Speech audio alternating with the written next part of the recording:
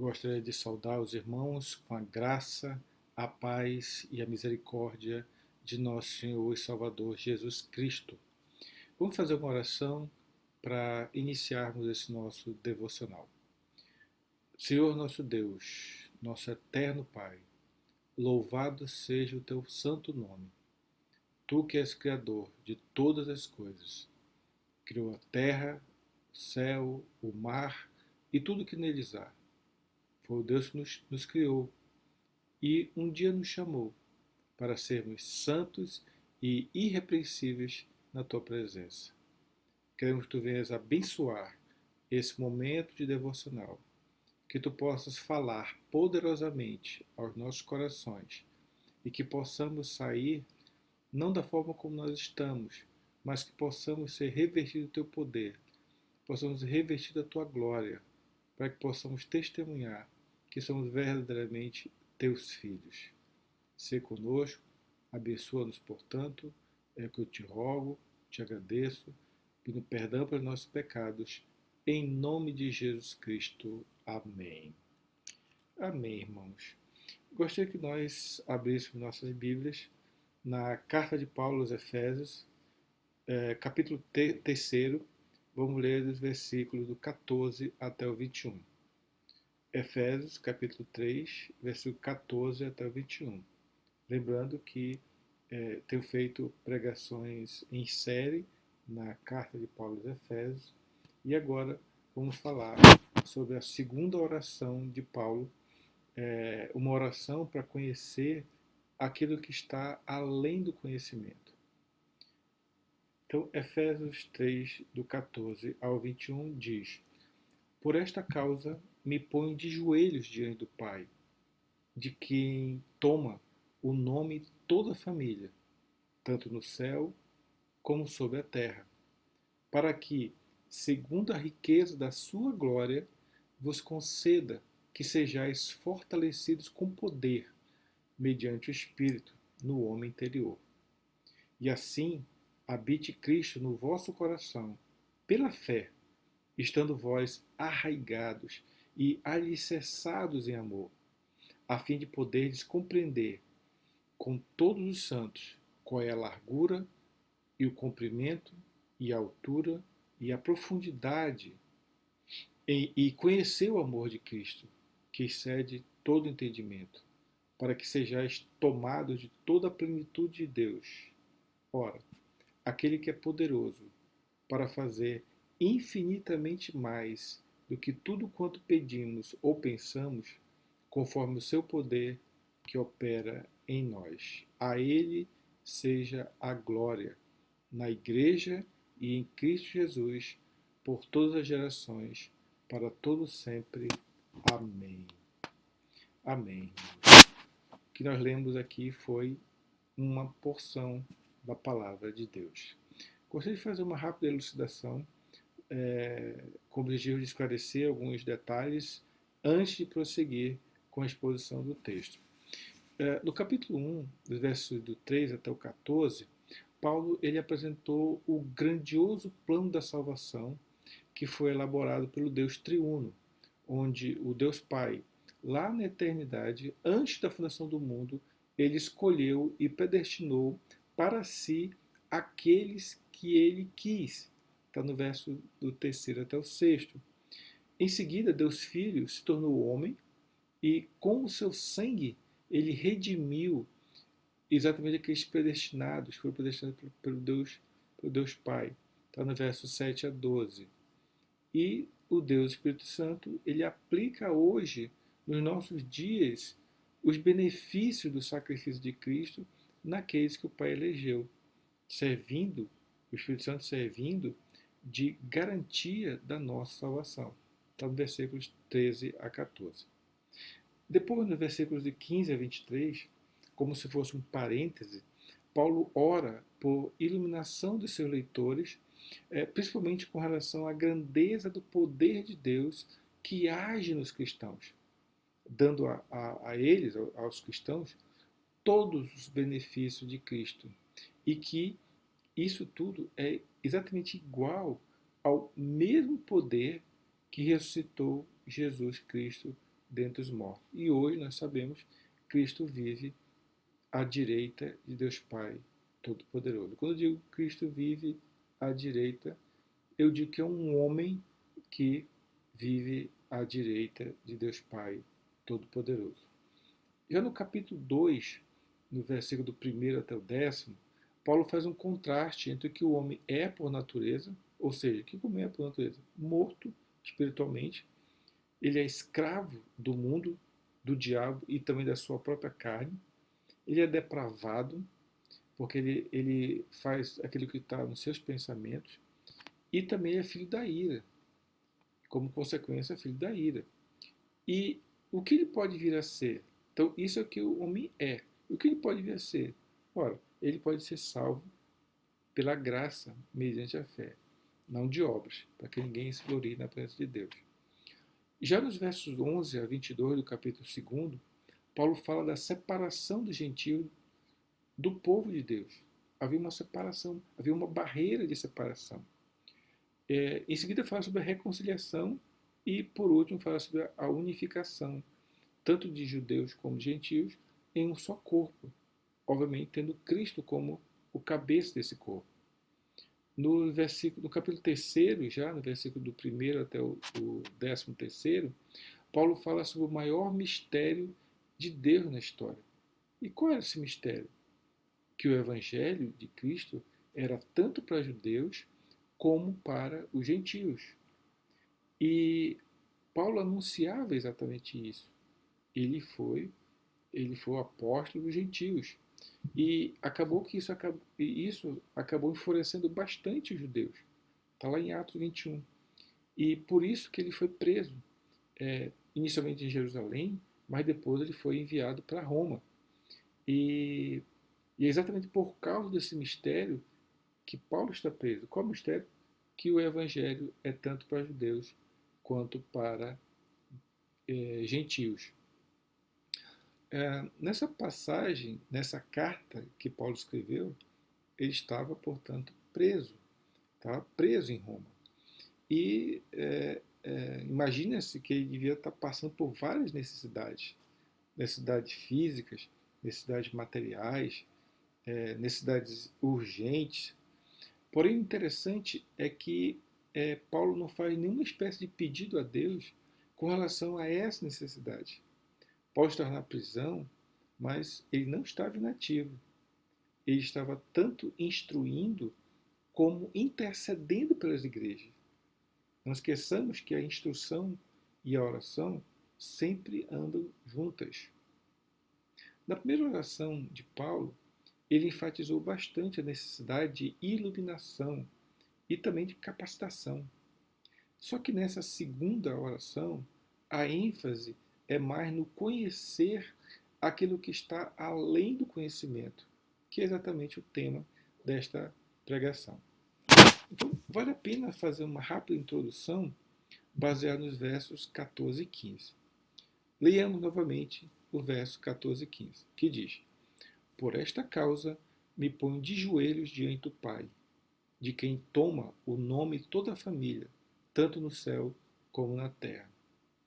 Há dois aspectos importantes que vale a pena comentar nessa introdução.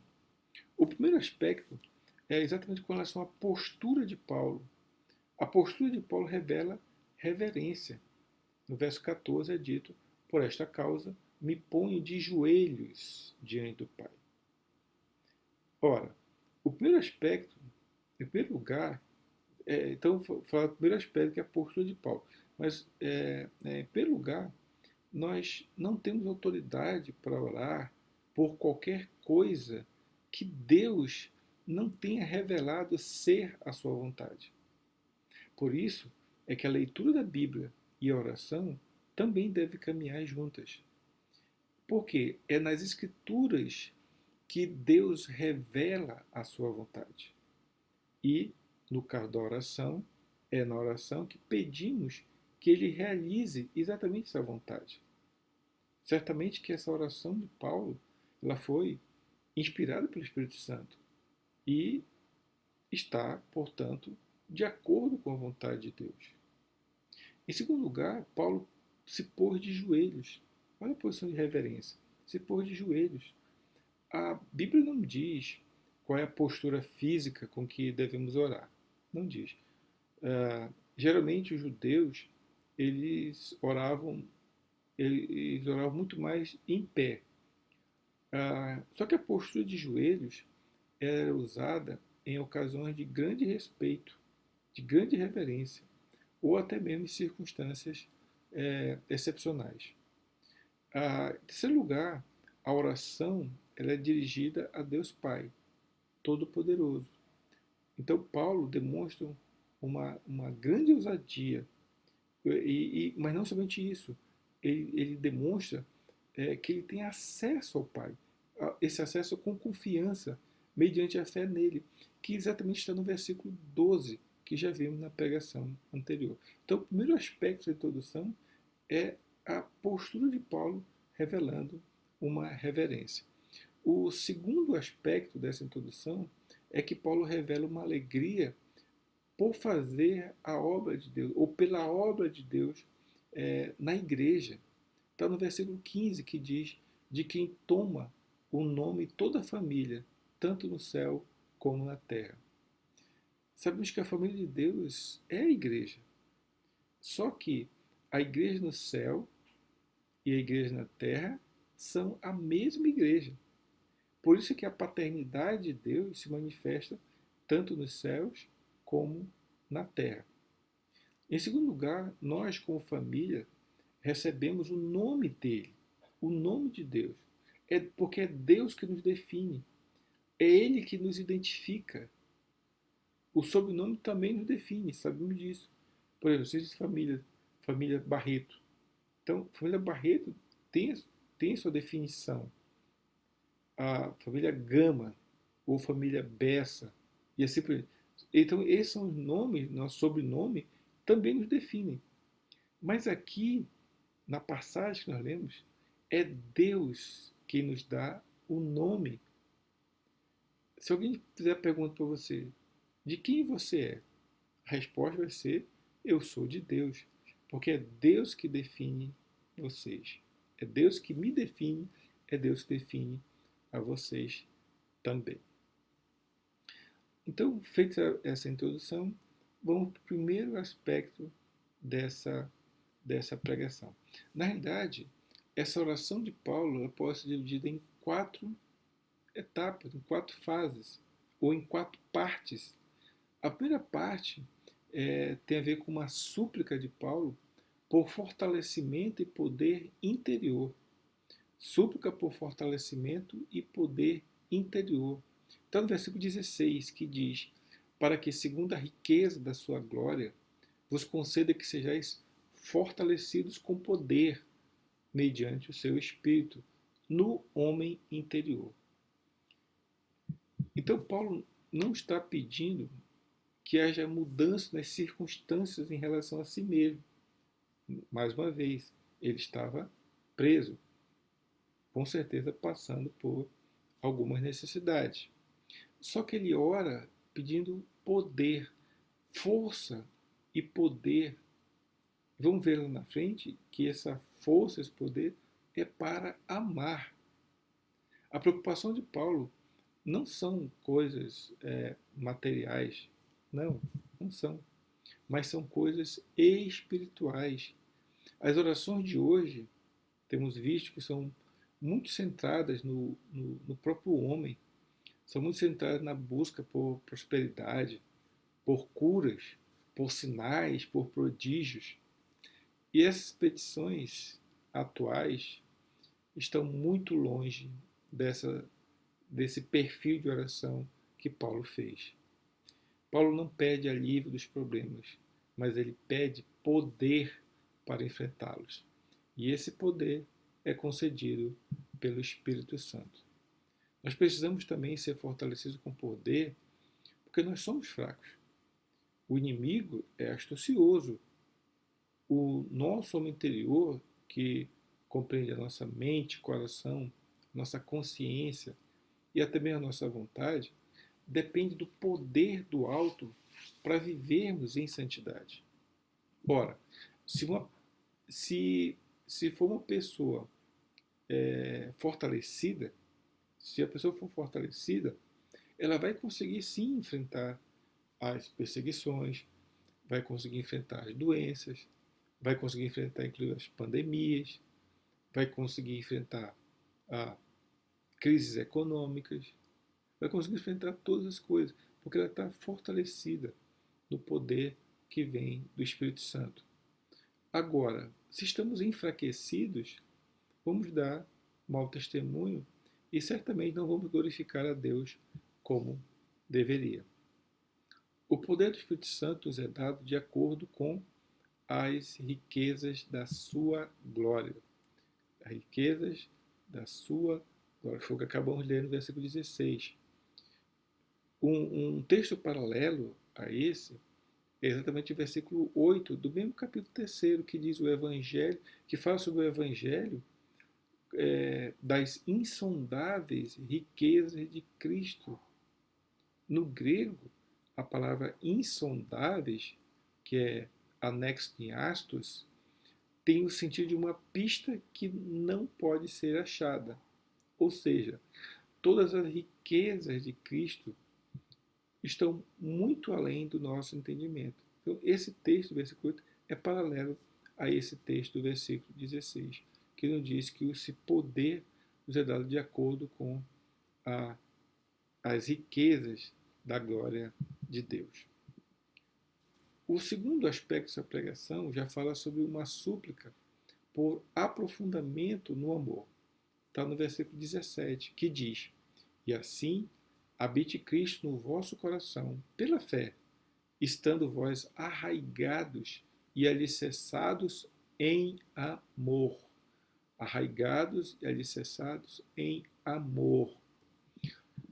Então, o coração do crente é o lugar da habitação de Cristo. Ele está presente, Cristo está presente nos nossos corações, não somente para consolar, mas para reinar. É por isso que ele está presente no nosso coração. Ora, se Cristo está presente no nosso coração, algumas coisas não podem estar. Porque ou Cristo está no coração, ou tem alguma outra coisa que está ocupando nosso coração. Por exemplo, 1 Coríntios 6,12 nos diz que todas as coisas me são lícitas, mas nem todas convêm. Todas as coisas me são lícitas, mas eu não me deixarei dominar por nenhuma delas. Então tem coisas que não podem estar no nosso coração. Nosso coração tem que ser entregue totalmente para que Cristo venha habitar. E Cristo habita no nosso coração, ou habita em nós, pela fé. É claro que Cristo já habita no coração de todos os cristãos. Só que aqui, nesse caso desse versículo 17, é uma habitação plena. Ou seja, que não haja área nenhuma em que Cristo não habite. Seja relacionamento, seja negócio, seja escritório, seja escola, ou seja, tudo, em tudo, Cristo, ele tem que ter supremacia. Ele não pode, a ideia é que Cristo ocupe todos os lugares da nossa vida.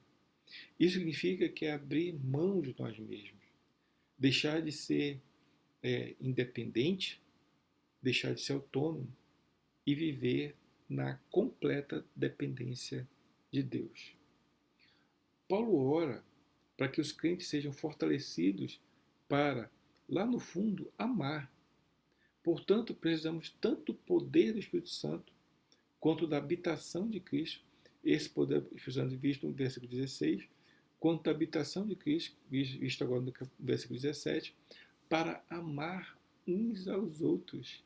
Principalmente por causa, lembra que falei da separação que havia entre judeus e gentios?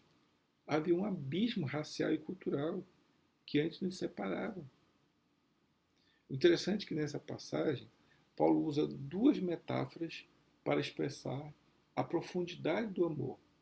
Uma procedente da botânica e uma segunda da arquitetura.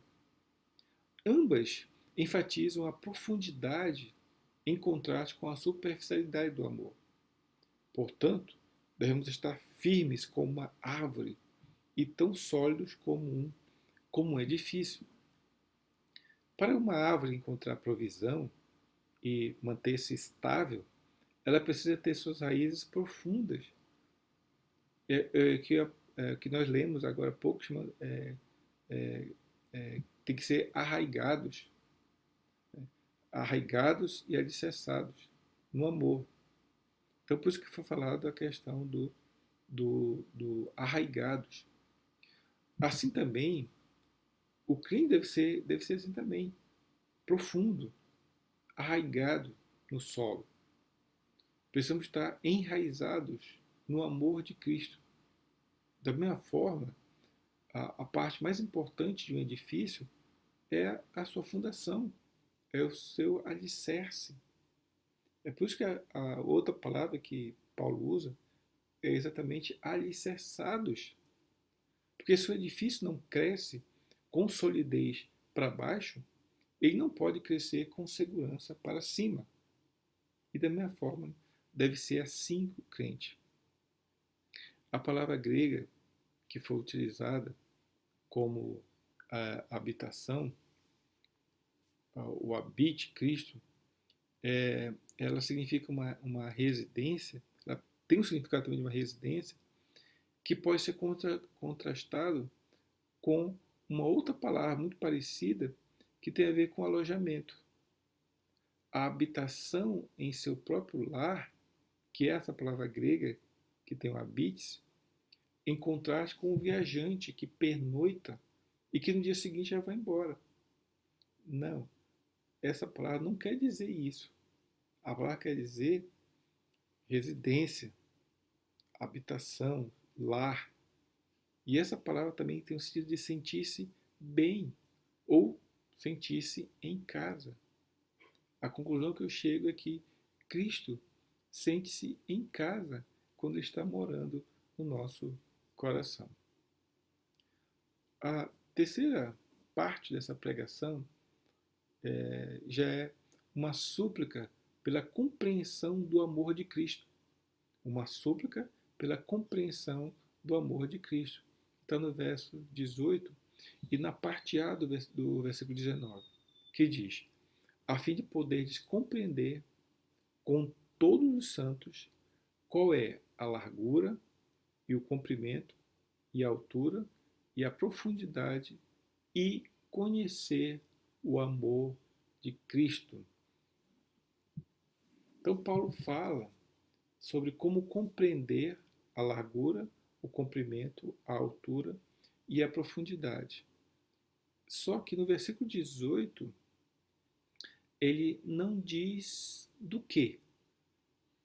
A resposta no versículo 19, que foi aquela parte que eu li, que diz: e conhecer o amor de Cristo. Ah, interessante que a Bíblia, na nova versão transformadora, ela colocou tudo no verso 18. Olha só que diz o verso 18 da nova versão transformadora. Também peço que, como convém a todo o povo santo, vocês possam compreender a largura, o comprimento, a altura e a profundidade do amor de Cristo. Portanto, assume-se que trata-se de conhecer a imensa vastidão do amor de Cristo por nós. Nesse caso, no versículo 18, Paulo deixa de falar sobre o nosso amor pelos irmãos para agora falar sobre o amor de Cristo por nós. Ou seja, Paulo ora para que possamos compreender o grande amor de Cristo por nós. Esse amor foi tão grande, mas tão grande, que o próprio Cristo se entregou, deu a sua própria vida para nos resgatar do nosso pecado e para que agora pudéssemos fazer parte do único corpo, o corpo único de Cristo, onde Cristo, obviamente, ele é o cabeça. Ou seja, o amor de Cristo é tão grande que não há nenhum pecador nenhum rebelde que possa ou que não possa ser incluído em tão grande salvação. O amor de Cristo é tão grande, que não tem como medir. Note que foi dito que na passagem que lemos, fala de compreender juntamente com todos os santos. Isso implica que o isolamento, a falta de comunhão, a falta de podermos congregar é um dos obstáculos à compreensão do amor de Cristo. Um amor tão grande, mas se você vive isolado, não vive em comunhão, com certeza isso é um grande obstáculo a essa compreensão. Como quarta e última parte dessa pregação, Paulo já fala de uma súplica, faz uma súplica pela plenitude de Deus. Então, no versículo 19, que diz: E conhecer o amor de Cristo, que tínhamos lido, né, anteriormente, e conhecer o amor de Cristo, que excede todo entendimento, para que sejais tomados de toda a plenitude de Deus. Aqui Paulo, ele fala em conhecer o que não pode ser compreendido. Esse conhecer o que não pode ser compreendido na sua totalidade. É difícil, é muito difícil nós avaliarmos o grande amor de Cristo por nós. A palavra conhecer, irmãos, ela não é o conhecer intelectual, mas é o conhecer por experiência. O amor de Cristo é tão grande, que Paulo ora para que os crentes tenham essa experiência extraordinária. E essa experiência eu comparo com o que diz 1 Pedro 1,8, com uma alegria indizível. O que isso é uma alegria indizível? Ora, é uma alegria que você não tem como explicar. Você é alegre, mas não sabe por quê. É uma alegria que você não tem como explicar. Em segundo lugar, esse amor ele excede todo entendimento. O amor de Cristo ele é demais largo, comprido, profundo. É tão alto que é difícil até mesmo para os cristãos entenderem. O amor de Cristo é tão inescrutável quanto são as suas riquezas, como são quanto suas riquezas são insondáveis. Então o amor de Cristo é tão inescrutável comparado às suas riquezas, que são insondáveis. Está no versículo 8, fala exatamente sobre isso, sobre a riqueza de Cristo, que são insondáveis. Em terceiro lugar, a expressão plenitude de Deus significa o que está bem acima da nossa compreensão. Como definir a plenitude de Deus? Difícil, né? Eu sei que são coisas tão extraordinárias que nem nós mesmos ousamos pensar. Só que plenitude de Deus pode significar Deus habitar em nós de forma plena. Deus habitar em nós de forma plena. Significa que a nossa vida, como um todo, vai espelhar Deus em tudo. É Deus estar presente em cada célula, em cada membro do nosso corpo, em cada área da nossa vida, ou seja, em tudo. Ou seja, tudo na nossa vida deve ser inundado pela presença e pelo domínio de Deus. Em quarto lugar,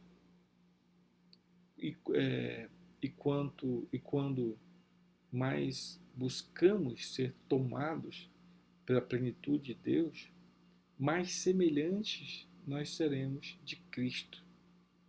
Porque a plenitude de Deus é Cristo. Está em Colossenses 2,9. Colossenses 2,9 diz que a plenitude de Deus é Cristo. E esse Cristo que é falado lá é o Cristo homem, é Jesus Cristo, homem. Agora, sei que tem irmãos que gostam de se comparar com outros irmãos. Diz eu sou melhor que Beltrano, eu sou melhor que Ciclano. Pode até ser verdade. Mas a medida não são os irmãos. A medida é Cristo. Se você quiser se comparar, compare-se com Cristo. Porque Cristo sim é a plenitude de Deus. Somente quando nós tivermos alcançado a plenitude de Cristo, aí sim nós teremos chegado ao nosso limite. Então não adianta ficar comparando com irmãos. Não adianta. Porque o nosso alvo, a nossa medida é exatamente Jesus Cristo.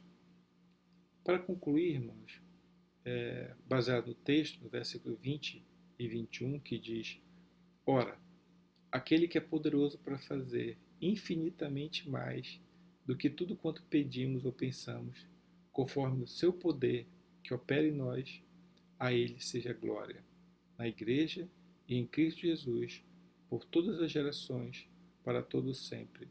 Amém. Então eu gostaria de concluir baseado nesses dois versículos. Versículo, em primeiro lugar, o versículo 20, Paulo já tinha falado sobre a riqueza da glória de Deus. Já tinha falado do poder do Espírito que nos fortalece no amor aos irmãos. Já tinha falado do amor de Cristo que excede todo entendimento. E agora diz que Deus pode fazer tudo isso e muito mais. Pode fazer tudo isso e muito mais. Que coisa maravilhosa, irmãos. Paulo diz que Deus pode fazer muito mais do que ele mesmo acabou de pedir. Se o que ele pediu já foi algo assim tão grandioso, tão sublime, ele está dizendo que Deus pode fazer muito mais, infinitamente mais do que o que Paulo acabou de pedir. Será que é fácil compreender isso? Talvez não, né? Talvez não. Mas Deus pode sim fazer infinitamente mais do que pedimos ou pensamos. Obviamente que não de coisas materiais, mas tão somente tudo aquilo que seja a vontade de Deus. Então ele pode fazer infinitamente mais de tudo que pedimos ou pensamos, obviamente, desde que esteja de acordo com a vontade de Deus. Que de acordo com Romanos 12:2, ela é boa, agradável e perfeita. Já no versículo 21, nada mais poderia ser acrescentado a sua oração, senão a Ele seja a glória. O poder vem dele. E a glória deve ser dada a quem? Somente a Ele. Como aplicação, irmãos, vamos ver o que isso tem a ver conosco. Imagino que a maioria está dizendo: eu quero tudo isso. Tudo isso que foi mostrado aqui eu quero. Você quer que Deus te fortaleça com um poder extraordinário para que o amor que você sente pelos irmãos seja profundo, não seja superficial, seja aquele amor ágape, aquele amor incondicional. Você quer isso. Você pode também estar querendo que Deus te faça compreender o que não é compreensível, que você possa vislumbrar o que não é vislumbrável, que você enxergue as dimensões do que não tem dimensões. Você também pode querer que Deus te faça conhecer profundamente a imensidão da grandeza do amor de Cristo por você. Você também deseja que Deus te inunde com a plenitude dele. Você almeja que Deus te ajude a ser cada dia mais parecido com Cristo. Você pode estar querendo tudo isso, porque com isso, venha o que vier, sejam perseguições, sejam doenças, sejam pandemias, como vivemos nos dias atuais, pandemia do coronavírus, sejam crises econômicas ou qualquer outro tipo de situação, você sempre vai estar preparado. Porque com isso, com esse poder, com esse fortalecimento, você vai saltar muralhas. Com tudo isso, você vai ser capaz de dizer para esse monte: sai daqui e vá para ali, e ele vai. Através disso, desse poder, desse fortalecimento, poder, você pode até perder tudo, mas Cristo vai continuar sendo o seu castelo forte e você vai caminhar seguro e descansando no poder dele. E você pode atingir isso tudo. Mas como? Ora, a resposta no verso 14, que diz: por esta causa me ponho de joelhos diante do Pai. Se você quiser ter tudo isso, você vai se pôr de joelhos e rogar a Deus. Você vai simplesmente rogar a Deus por tudo isso. Mas não somente isso. Você vai confiar. Tua oração tem que ser oração da fé. E tenho certeza, você nunca mais será o mesmo. Pense nisso. Que o Senhor Deus nos abençoe, nos livre, nos guarde de todo mal e que a sua palavra possa ficar em nós, possa ser retida em nós, mas que não somente isso, que ela possa causar em nós transformação de vidas. Que o Evangelho é exatamente isso. O Evangelho causa em nós transformação de vidas. Amém? Vamos orar mais uma vez. Senhor, nosso Deus, nosso eterno Pai, louvado seja o teu nome. Queremos, ó Pai, tão somente te agradecer, porque tu tens falado nos nossos corações. Nessa oração, segunda oração de Paulo na carta aos Efésios, foi falado a respeito desse fortalecimento do poder, para que venha a atuar no nosso homem interior e para que possamos, ó Pai, lá no fundo, amar verdadeiramente nossos irmãos com aquele amor que é incondicional. Foi-nos falado também aqui, ó Pai, sobre o amor de Cristo por nós. Amor tão grande que foi capaz de se entregar por cada um de nós.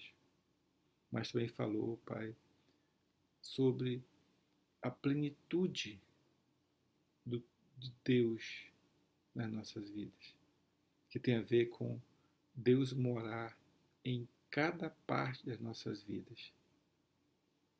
Ó Pai Santo, também foi falado, tu falaste nos nossos corações, que tu podes fazer infinitamente mais de tudo que nós pensamos, tudo que nós pedimos. Ó Deus, a Ti seja toda a honra, toda a glória, todo louvor seja somente para Ti, porque só Tu és digno de receber o nosso louvor e a nossa adoração. Porque importa, ó Pai, que Tu venhas a crescer e que nós venhamos a diminuir. Abençoa a Tua igreja, abençoa o Teu povo, nos livra de todo mal. É que eu te oro, te agradeço, em nome e por amor de Jesus Cristo. Amém. Amém, irmãos, que o Senhor possa estar nos abençoando, nos livrando, nos guardando de todo mal. Em nome de Jesus Cristo. Amém.